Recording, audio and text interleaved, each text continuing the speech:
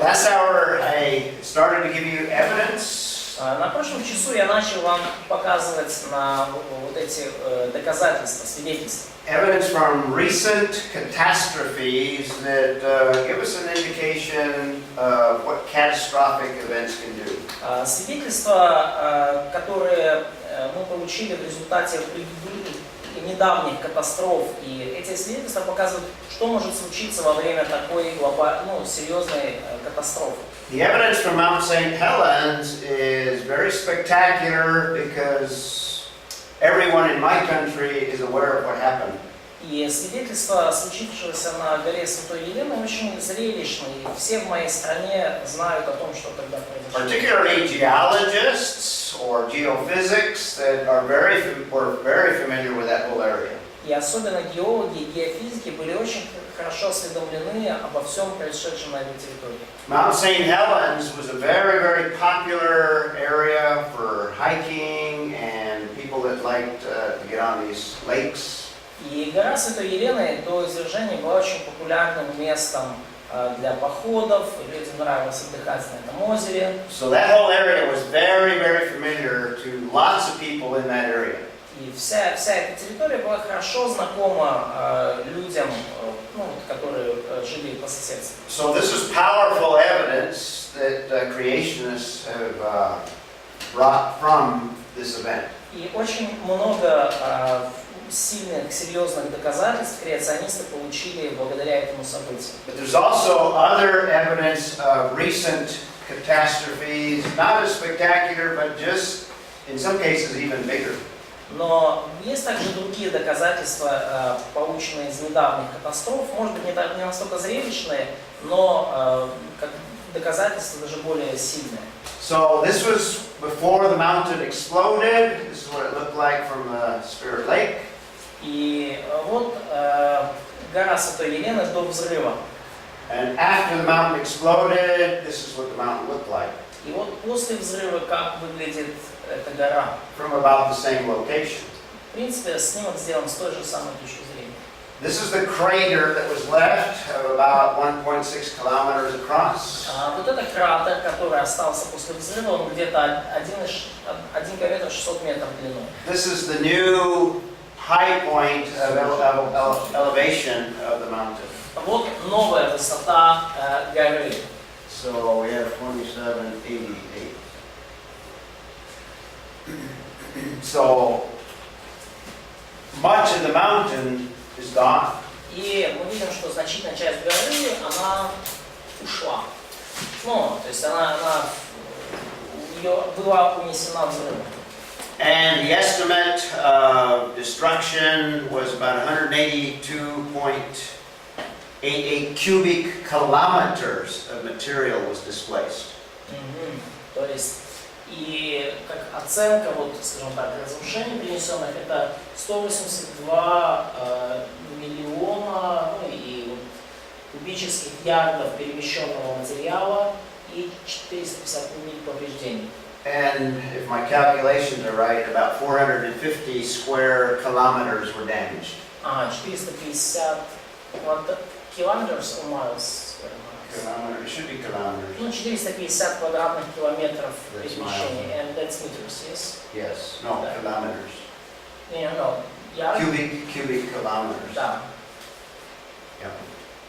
Да. Before, 450 километров повреждений. This area has lots of rainfall, so very thick forest throughout. Before. Rainfall, yeah? Yeah. До этого вот эта территория, она сильно орошалась дождями, и поэтому там были очень такие леса густые росли на этой But after the explosion, all of those trees were destroyed. It looks more like a moonscape. Но после извержения вулкана все эти деревья, они исчезли. Это выглядит как лунный пейзаж.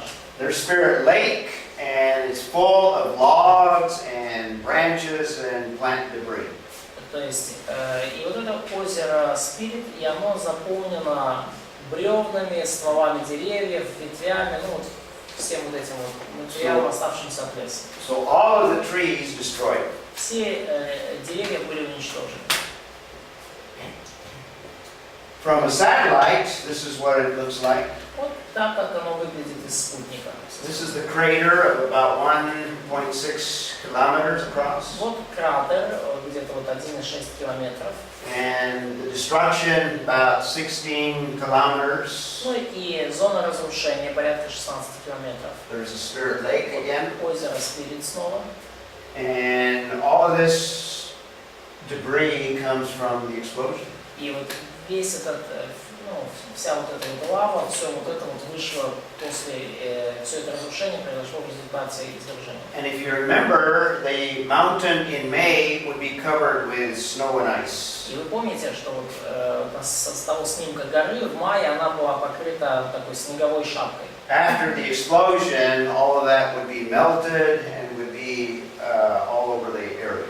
И после извержения вулкана вся вот эта снеговые верхушки, они растаяли и были по всей этой территории распространены. This is a sketch of the same area of the photograph. See the photograph? Ну, видите фотографию со спутника, и там ниже набросок. Here's the crater. Here's the crater. Вот кратер. And it charts basically the destruction. И показывается в основном вот эта сфера разрушений. This pyroclastic flow comes right out of the crater. Pyroclastic. It's mud, debris, snow, lava. То есть вот это вот пирокластический слой, то есть это лава, грязь, снег, это то, что вышло напрямую из горы при извержении. And the orange is mud flow. This is mud flow. Mud. That's from the melting snow and ice. И вот эти вот как потоки грязи, которые случились из-за после того, как растаял снег, вот эти снеговые верхушки горы. And the yellow would be all of the trees wiped out. All the trees in that area. Да, а желтое это вот настолько были вот все вот остатки деревьев от леса распространены. And then more debris from avalanches would be this area. И больше даже осколков вот этого взрыва, остатков взрывов, они вот на той территории. Now I'm going to show you some photographs of this area in here. It's called the North Fork Toutle River. И я вам покажу некоторые вот больше фотографий вот из этой зоны. Это река North Fork. Because several things happened there that are similar to what you can observe at the Grand Canyon. Потому что очень некоторые интересные здесь вещи случились, похожие на то, что мы видим у Великого каньона. This is just to give you a feel, and I got other photographs, but this gives you a feel of other events that took place in the past. И это вам просто покажет, даст вам примерное представление о других событиях, которые произошли в прошлом. Remember what was the size of Mount St. Helens crater? Вы помните, да, размер кратера на горе Святой Елены? What did I say? 1.6. Yeah, 1.6 kilometers. Here's one close to Albuquerque. This is New Mexico. A crater. Да, это вот один кратер, который ближе к Альбукерку, это вот в штате Нью-Мексико. It's called the Valle Caldera. Называется, кальдера Валлес. Big volcano. Большой очень вулкан. Crater of 22 kilometers across. Там кратер 22 километра. That also exploded Который тоже рванул. in prehistory. Рванул еще в доисторические времена. Even Yellowstone National Park, there's a crater. И в 48 kilometers. национальном парке Йеллоустоун там тоже кратер вулкана 48 километров шириной. So much smaller than Mount St. Helens. Much bigger. Or bigger, rather. Да, то есть намного больше эти кратеры, чем кратер на горе Святой Елены. And this is just a chart that shows the air debris from different events. И вот эта таблица показывает размер распространения обломков после каждого вот из этих взрывов. This just gives you a comparison, but the slide is cut off. But Mount St. Helens is just a little tiny box. Но здесь слайд немножко обрезался, но вот гора Святой Елены здесь буквально совсем маленький квадратик. Именно вот территория распространения обломков. Much smaller. Намного она меньше там была, чем в более крупных извержениях. So this is the formation that occurred very rapidly as a result of the explosion. То есть вот это образование, которое появились очень быстро в результате извержения. Lots of erosion. Remember the flood model? You have waters eroding, ripping up large quantities of material. Да, то есть эрозия поверхности. То есть вы видели при потопе, мы говорили о том, что потоки воды просто сметали с лица земли большое количество материала. So you have a lot of erosion from the material that came down off the mountain. И мы видим, что также вот в результате извержения произошла эрозия, то есть много материала с горы сошло вниз. You have sedimentation. И есть также седиментация. Remember what that is? Помните, что это такое? That's the layers, laying down of layers. То есть это когда материал укладывается в слои. Okay. And what geologists call stratification. И также, что увидели геологи, стратификация. What that is that's the compressing of these layers so that now you have rock. И что такое стратификация? Это давление между слоями, которое образует горную породу. Short period of time, not millions of years. За короткое время, не за миллионы лет. And also, well, here's an example. Вот это пример. This is in that area, that North Toutle area. Вот это вот как раз вот на территории вот реки Северной North Toutle, и это как раз территория рядом с горой Святой Елены. On the day of the explosion, May 18th, вот в день извержения. This layer was the material that was thrown up into the air and came back down and formed a layer.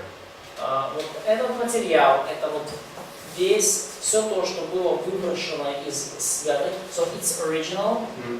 It's original. No. This is the original ground is down below. Да. То есть вот весь этот материал, вот весь, да, все, что есть на фотографии, это то, что было выброшено из горы и потом осело в виде слоев. From this material here. Да, то есть вот весь этот материал. And from other activity, this is June, just a couple of months. То есть вот это было сразу же после извержения, а это от других последующих событий. Можно? В том же месте. Вот это не внутри кратера, это то, что наслоилось из горы? So is it inside of crater? No. This is in that. Это вот там вот речка, которая рядом.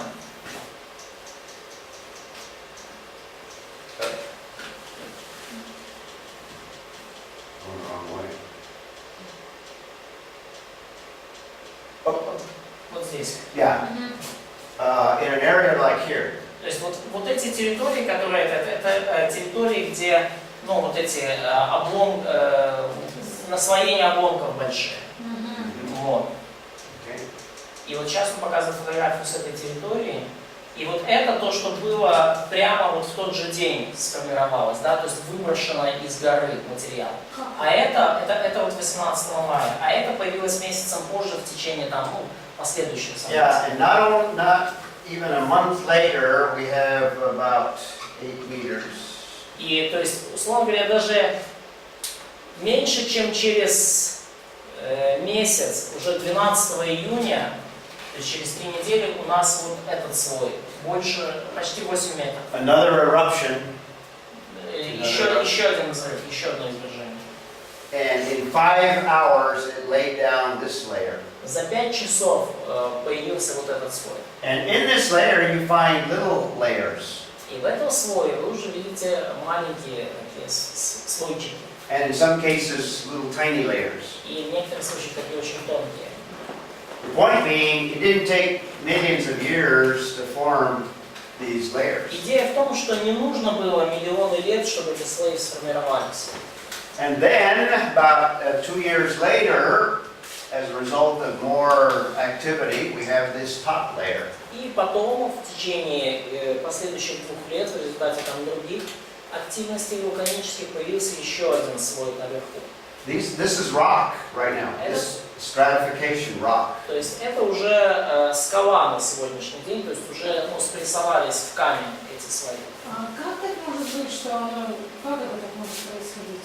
Так быстро и такое каменное становится? So how it could happen that during the so short amount of time this kind of segments of this mud became stone? The pressure. Давление. То есть стратификация, когда давление слоя снизу, давление слоя сверху, и под этим давлением все, что между, превращается, окаменевает. So we have stratification. We also have log depositing in Spirit Lake. И также мы видим отложение бревен в озере Spirit. And there's been some research. I haven't heard the results. Possibly coal had been formed. И есть также исследования, правда нет у меня еще точных результатов, что возможно вот там образовался уже какой-то уголь. As a result of the burial of plant materials. Как результат отложения растительного материала. Now in Spirit Lake, because of all of the movement of material. И в озере Spirit вот из-за всего этого передвижения материала. This phenomenon actually is observed. Вот они наблюдали вот такой феномен. You have layers of rock. Есть слои камня. And you have logs that at one time were floating. И есть бревна, которые, скажем, какое-то время плавали. But they get soaked with water. Но пропитались водой. And because more water is soaked up at the lower part. И поскольку больше воды, естественно, напитывается в нижней части дерева, там где корни, These logs stand up то эти in the water. Бревна из, скажем, горизонтального положения заняли вертикальное положение в воде. And they settle down into some of the material. И, так сказать, плавно вошли вот в этот материал. And because of later eruptions, we have layers laid on some of the trees. И из-за более поздних извержений мы видим, что как бы новый материал, он появился вот там, где эти новые слои материала появились. It shows how polystrate fossils can be formed. И это показывает нам, каким образом могут появиться такие полистратные ископаемые. This is observed in Spirit Lake. Вот это мы видим в озере Лейк. Which is interesting. Это интересно. And there's other things that we could comment there.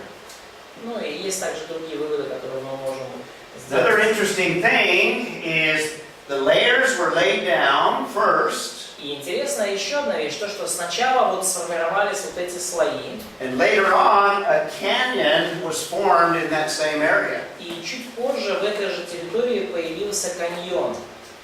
Here is a photograph of that canyon. Remember the North Toutle Вот это, River?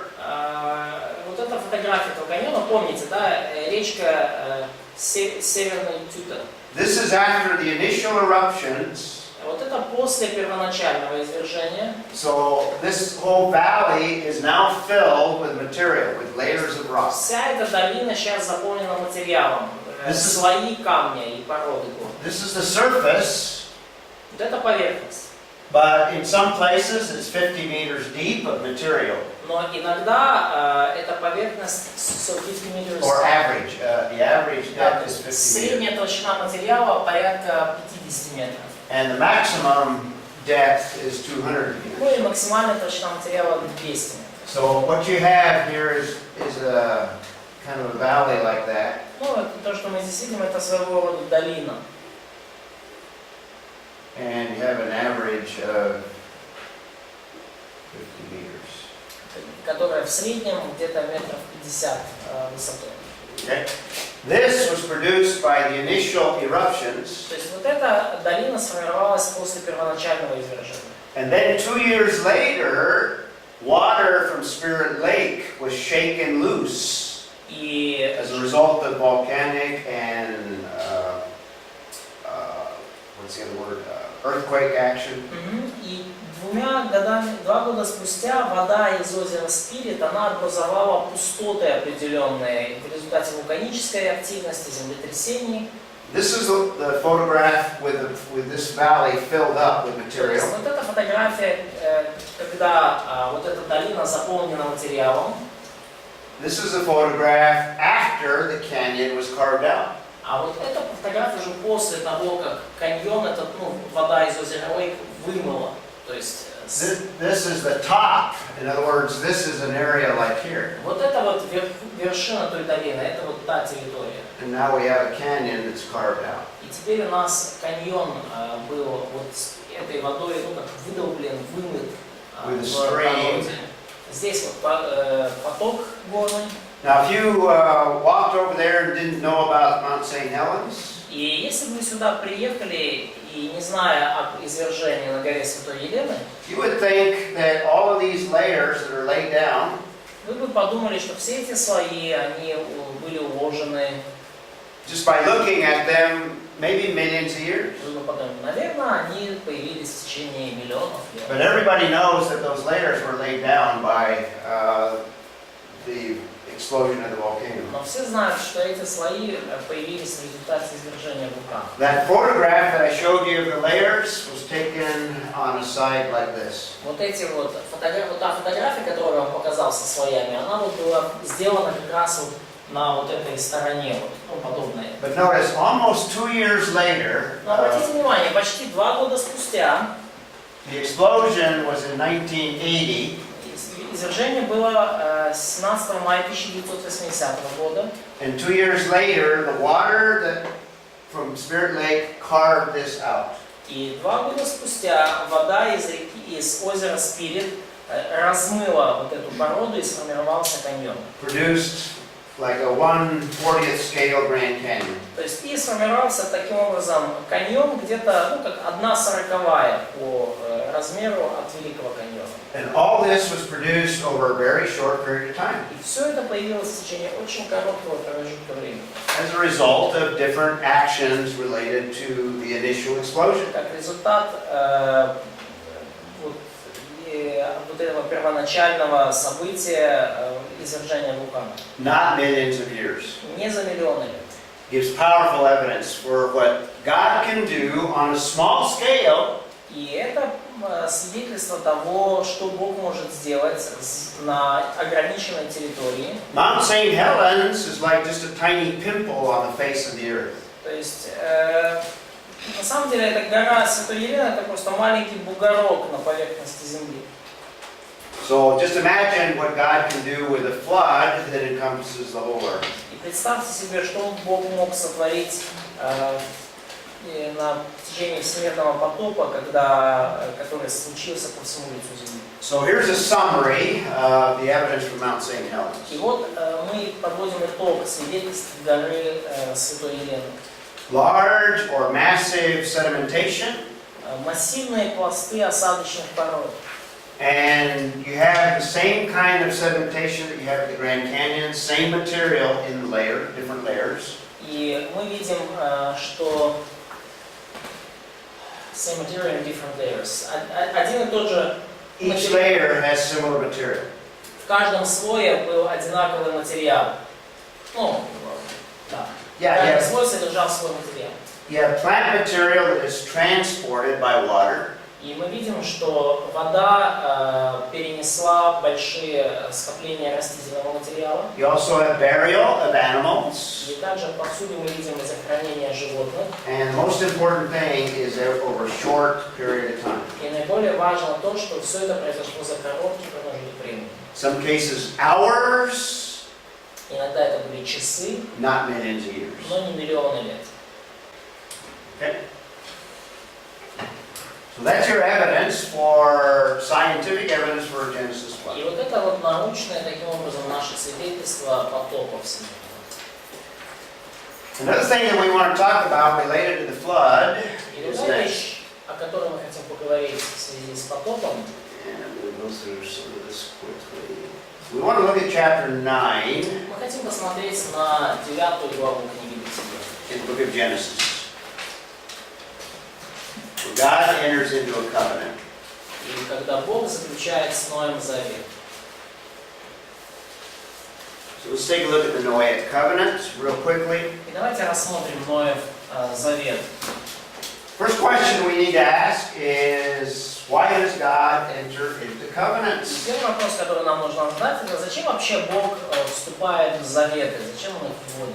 And once you understand what covenants are all about, Я хочу, чтобы вы поняли вообще, что такое завет и зачем он нужен. you realize that God does not need to enter into a covenant. Вы понимаете, что Богу нет нужды вступать ни с кем в завет.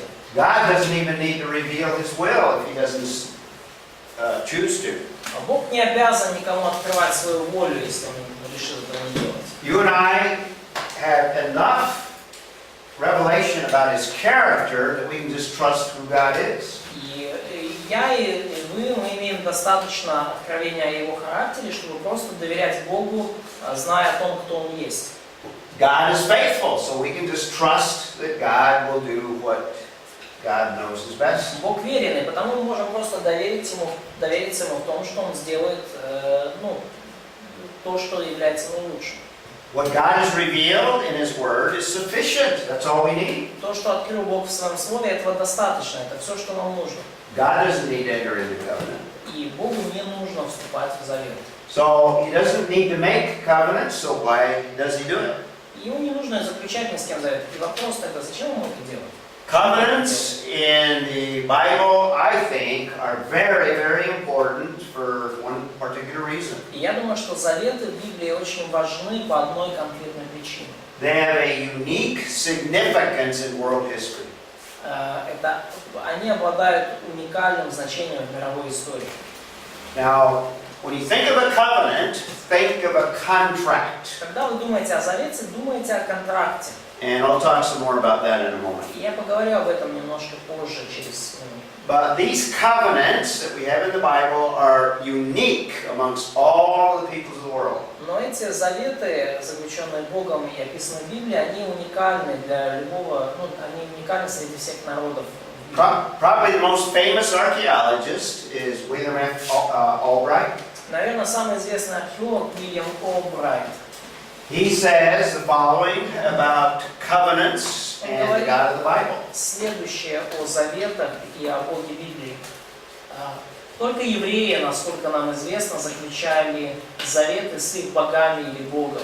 So only the Hebrews, or only the Jewish people, Albright is saying, только евреи, как Уильям Олбрайт говорит, yeah.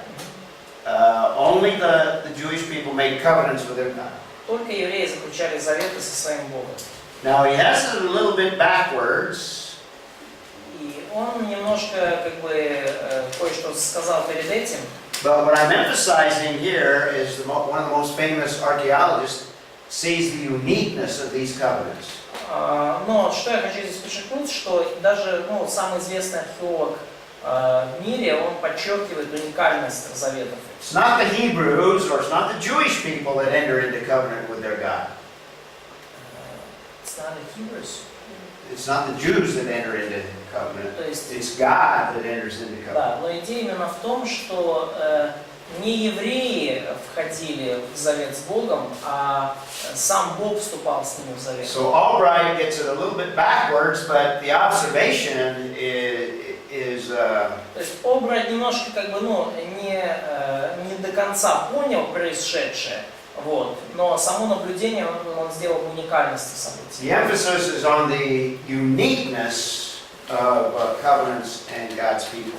Акцент именно в том, что такие заветы были совершенно уникальными.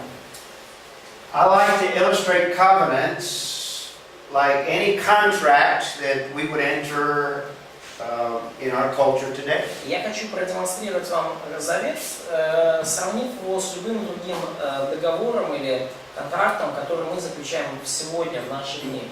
In my culture, I'm not sure exactly how it works here, but when people buy a house, В нашей культуре, я не знаю, так ли это у вас, но, например, когда люди покупают дом, they enter into a contract with a bank.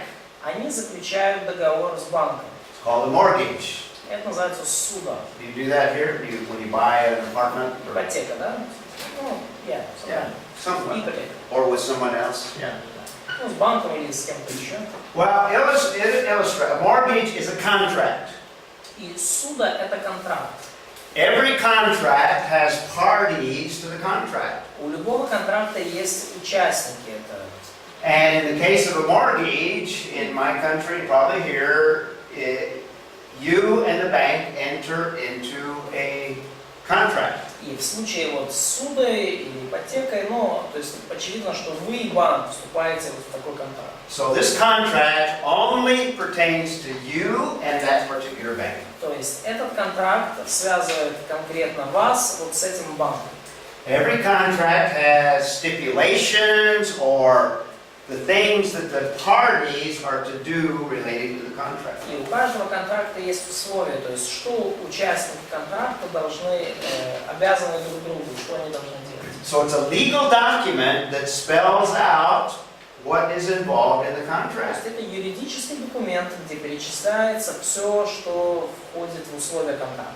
So in the language of the contract, you'll have the amount that the bank is loaning you. И касательно языка контракта указывается размер суды, которую банк вам выделяет, You have things like the interest rate, или судный процент, ну то есть процент, да, процент за пользование кредитом. the amount that you will pay back each month, Размер ежемесячных взносов, any fees or any other stipulations. ну, любые разные штрафы и любые другие условия.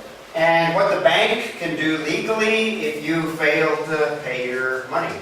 И что также что банк может законно сделать, если вы не будете выплачивать деньги. And most mortgages have a term or the length of the contract. И у большинства суд есть какой-то термин, срок контракта. Sometimes it's 15 years or 30 years. Иногда это 15 лет, иногда 30. And then at the bottom of the contract, the parties sign the contract. И в конце контракта стороны расписываются. You will sign on one line and the bank signs on the other. Вы расписываетесь на одной строчке, банковский служащий на другой. Or at least a representative of the bank. Ну, какой-то представитель банка. So that's a contract. Вот это контракт. Covenants in the Bible are just like contracts.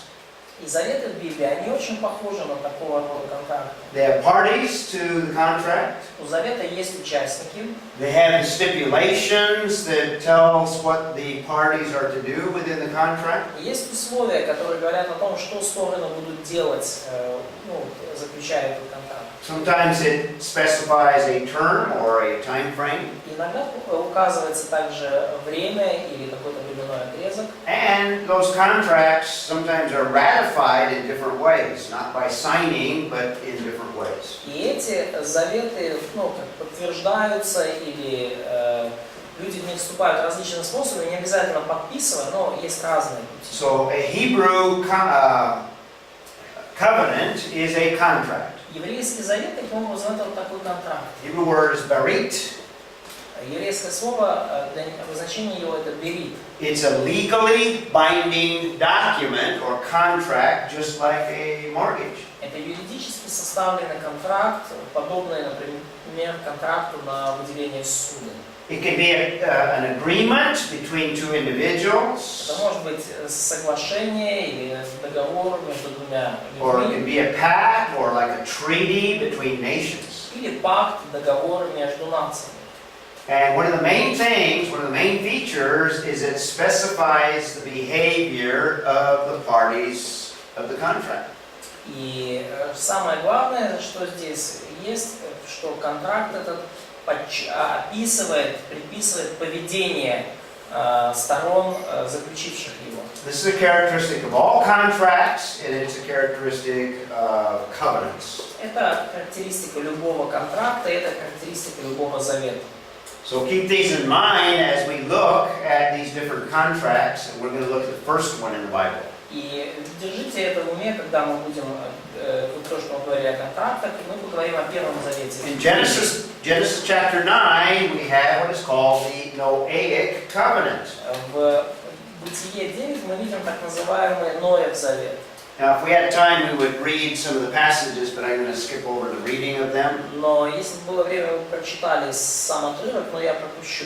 The occasion of the contract is this new beginning after the Genesis flood. Ну вот, по какому случаю был заключен этот завет или контракт? Потом, поскольку новое начало мира после потопа.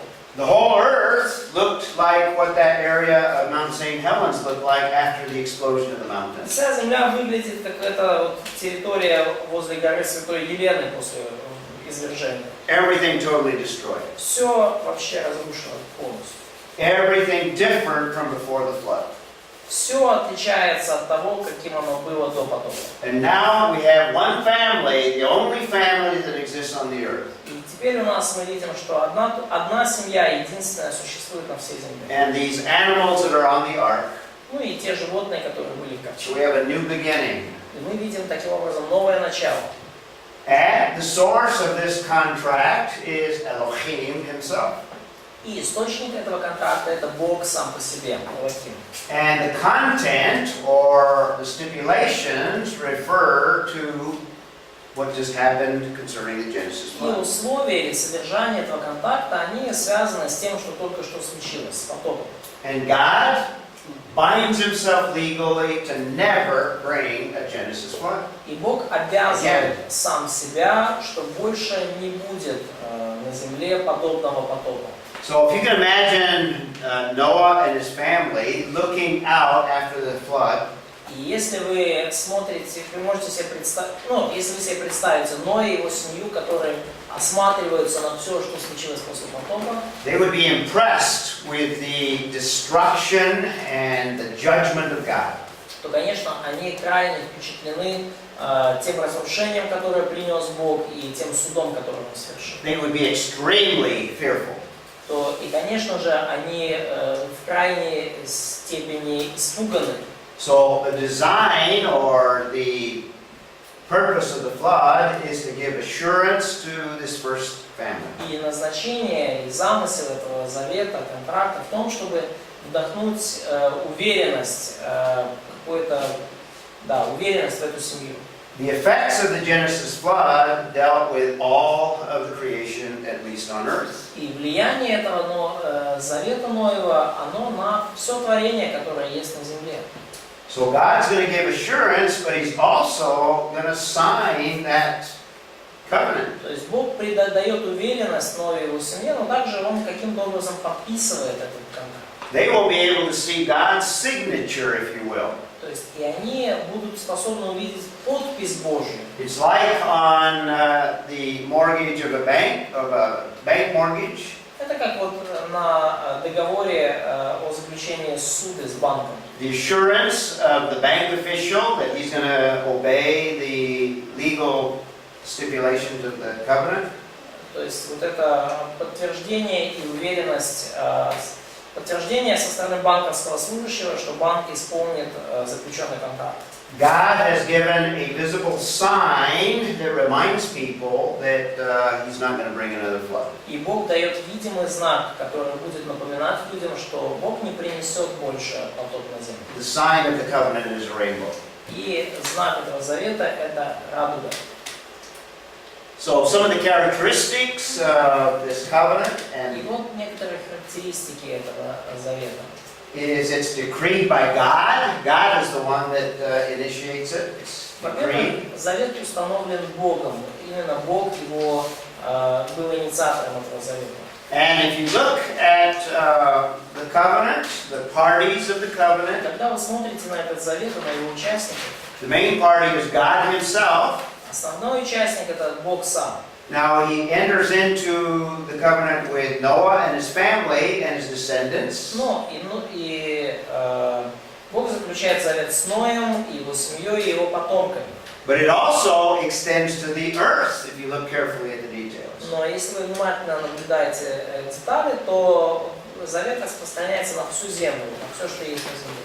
But in the stipulations, there are no stipulations for man.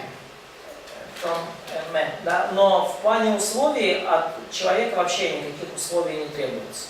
The stipulations all pertain to what God promises that He will do. Условия говорят лишь о том, что Бог пообещал сделать. So that makes that covenant unconditional. И потому этот завет мы можем назвать безусловным. What we mean is that no matter what man does, God is going to keep the Noahic covenant. Иными словами, что бы ни делали люди, Бог будет сохранять вот этот завет, заключенный с Ноем. So it's only God who will perform. То есть Бог единственный, кто исполнит и осуществит этот завет. And we also note that it's universal. In fact, it's going to deal with all of the creation. И также мы отметили, что этот завет универсальный, всемирный, и он относится ко всему творению. Just as the flood dealt with all of the creation, so also the Noahic covenant. И подобным образом, как потоп пришел на всю землю и был всемирным, точно так же и завет. Fourthly, we can say that it is centered in grace. И также четвертое, что можно сказать, что завет этот основан на благодати. God does not have to enter into covenant. Богу не нужно было вступать ни в какие заветы. He doesn't even need to promise anything. Ему даже не нужно было обещать ничего. But in order to give assurance to Noah and the family, God graciously not only promises but enters into covenant. Но для того, чтобы вдохнуть уверенность в Ноя и его семью, Бог по своей благодати не просто обещает что-то, но еще и вступает в завет. Another very, very important characteristic is that it's physical, deals with the physical realm. И еще одна очень важная характеристика — это то, что завет связан с физической, материальной реальностью. I think what God is doing in the Noahic covenant is establishing a stable universe or a stable environment. То есть, что Бог делает, как мне кажется, вот при этом установлении завета, Он устанавливает стабильность во Вселенной, стабильное окружение. In other words, in order to prevent a flood from occurring again, a Mabul, a Genesis flood, И иными словами, для того, чтобы предотвратить в будущем такое подобное событие, Мабу, Великий потоп, God must control all of the actions of all of the creation. Богу теперь нужно уже контролировать все действия всего сотворения. For example, he has to control all of the heavenly bodies, for example, the rotation of the moon.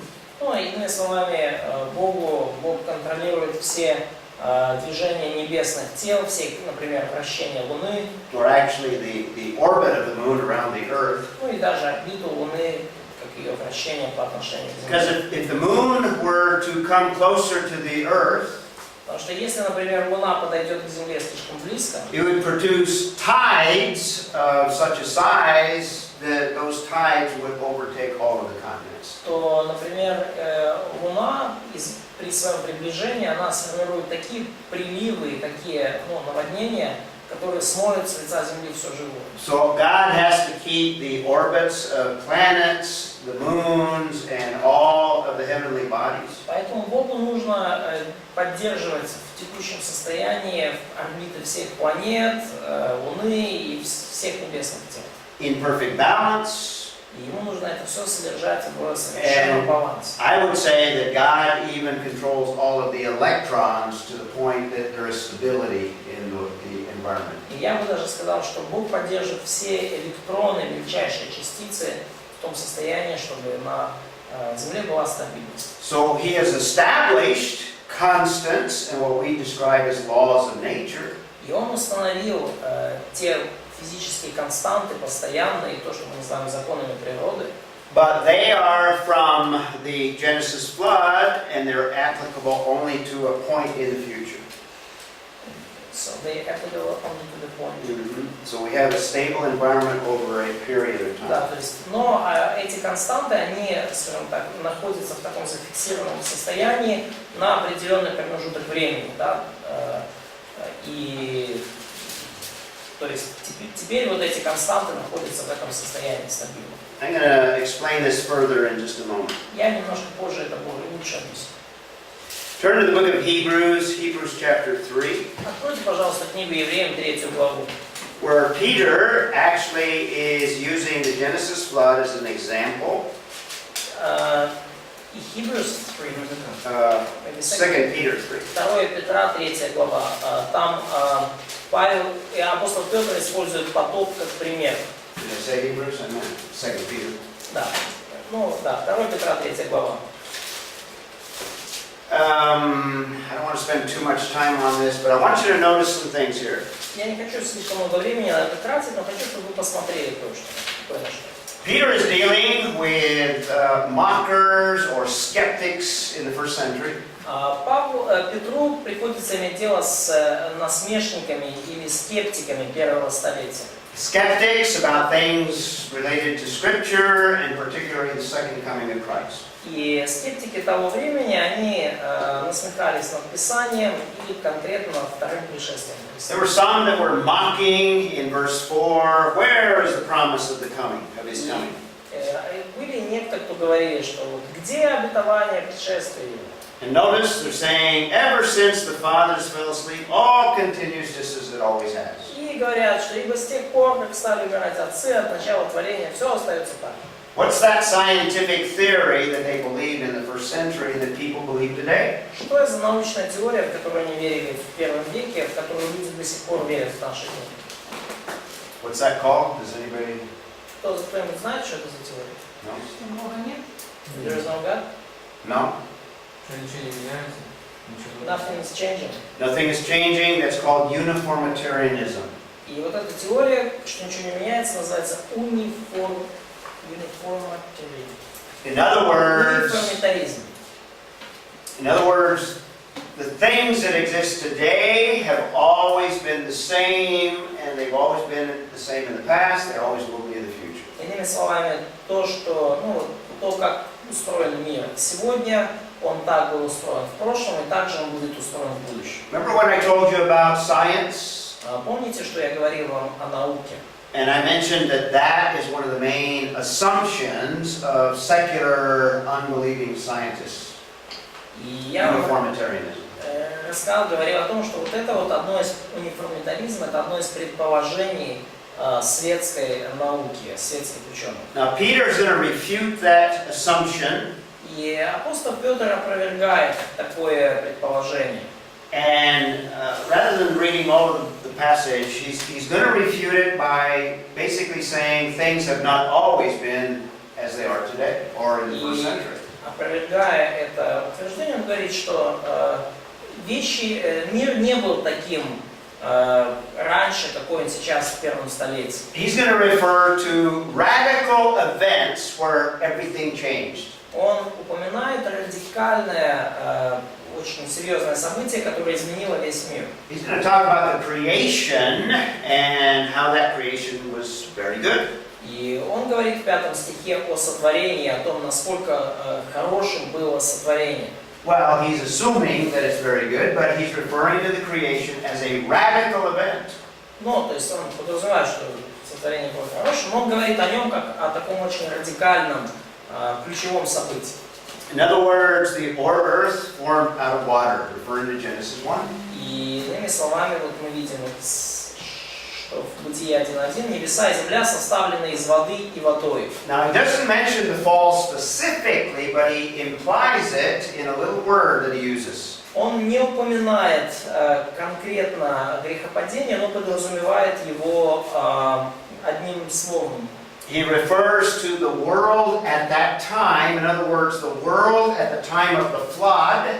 И он говорит о тогдашнем мире, подразумевая мир времен потопа. The world at that time, if you know Genesis 3, that's a cursed world. И если вы знаете Бытие 3, то вы понимаете, что тогдашний мир – это проклятый мир. And I mentioned that when we speak the effects of the flood, that the earth is cursed, that radically changed all of the creation. И я говорил, что когда мы говорили о грехопадении, что проклятие, принесенное грехом, оно конкретно, радикально изменило все творение. But he does definitely refer to the flood. Но он, очевидно, упоминает потоп. And he talks about the world at the time was destroyed, being flooded with water. И говорит, что тогдашний мир погиб, быв потоплен водою. And the implication is that that was a radical event that brought radical changes. И он подразумевает тем самым, что это такое радикальное событие, принесшее радикальные изменения. And what I'm saying is the Noahic covenant established a totally new environment that is different from the pre-flood world. И что я хочу сказать, что Новый Завет установил совершенно новые условия, которые отличались от мира до потопа. Peter refers to the present heavens and earth. И Петр говорит о нынешних небесах и земле. So these are radical events of history that refute the idea of uniformitarianism. И это радикальные события в истории, которые опровергают теорию униформитаризма. And he also refers to a new heavens and a new earth in the future that is going to radically change everything. И он также говорит о новом небе и новой земле в будущем, которые также радикально изменят все, что есть. So Peter gives a commentary on world history in terms of radical events. И таким образом мы видим, что апостол Петр также комментирует мировую историю в терминах радикальных событий. And I chart these radical events on a timeline. И я разместил эти радикальные события на временной шкале. We have an original creation that is very good. У нас есть изначальное сотворение, которое очень хорошо.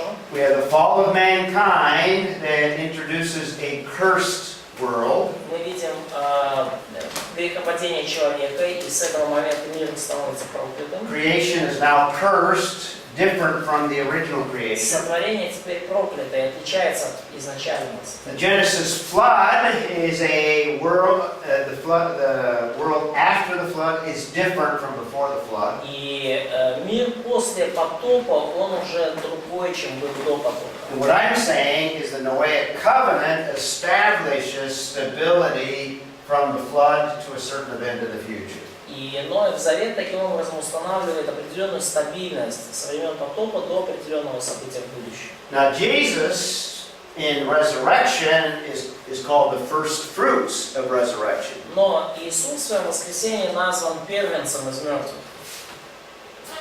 And when he returns, he's going to bring resurrection to believers. И когда он вернется, то он принесет воскресение всем верующим. That resurrection body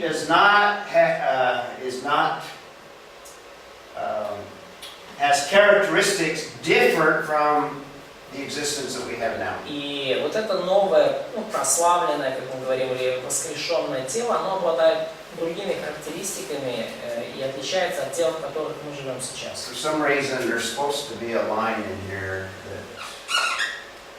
Вообще-то должна тут быть еще that the curse continues. линия, указывающая на то, что проклятие продолжается. And this is what Peter is announcing, that the second coming is going to bring a radical change. И вот что объявляет апостол Петр, что второе пришествие Христа принесет радикальные перемены. And really, miracles are just examples of how God, on a small scale, radically can change the natural realm. И это будут чудеса, то есть мы видим, как Бог в ограниченный период времени радикально меняет естественную, материальный мир. In relation to science, what I'm saying is the world has not always been the same as it is today. В отношении науки я, что хочу сказать, мир не всегда был таким, какой он сейчас есть. The world, from the original creation to the fall, was very good, radically different. Мир от сотворения до грехопадения был весьма хорош, совершенно отличался от нынешнего. The world after the fall is radically different from the world before. И мир после грехопадения совершенно отличается от мира до грехопадения. The world after the Genesis flood is radically different than the world before. И мир после потопа также радикально отличается от мира, который был до потопа. And the world in the future, at the second coming, is going to be radically different than the world we live in today. И мир в будущем, после второго пришествия, также будет совершенно другим и радикально будет отличаться от мира, в котором мы живем сейчас. So I introduced you to a foundation for science. Я уже показывал вам основания для науки. We already saw that everything is a result of God's creation. Мы уже видели, что все является результатом божественного сотворения. The creation is finite and temporal, not eternal. И что сотворение, оно конечно и ограничено во времени, One оно of вечно. the main purposes of the creation is to reveal God. That's general revelation. Одна из целей сотворения – это открывать, являть Бога. Это мы читаем об этом. That Это общее откровение. Да. creation is very good. И также, что первоначальное сотворение было очень хорошим. And what I've been emphasizing is that God is sovereign over the created realm. И что я подчеркиваю, что Бог обладает суверенной властью над сотворенным миром. Not chance. Это не просто случайность. Миром не правит случайность. Processes are not random, but God is controlling every electron in the universe. Процессы во Вселенной не являются случайными, но Бог контролирует каждый электрон во Вселенной. And in fact, God sovereignly introduced radical changes at the points that we just discussed. И что Бог по своей, также шестой момент, что Бог по своей суверенной воле производит радикальные изменения в творении, вот подобные тем, которые мы обсуждали. Refutes uniformitarianism. И это отвергает униформитаризм. Let's take a break here, and then I'll give you some passages that speak of the stability of the age in which we live. Давайте сделаем перерыв, и я потом, когда вернемся, поговорю о неких отрывках, которые показывают стабильность мира, в котором мы сейчас живем. Okay.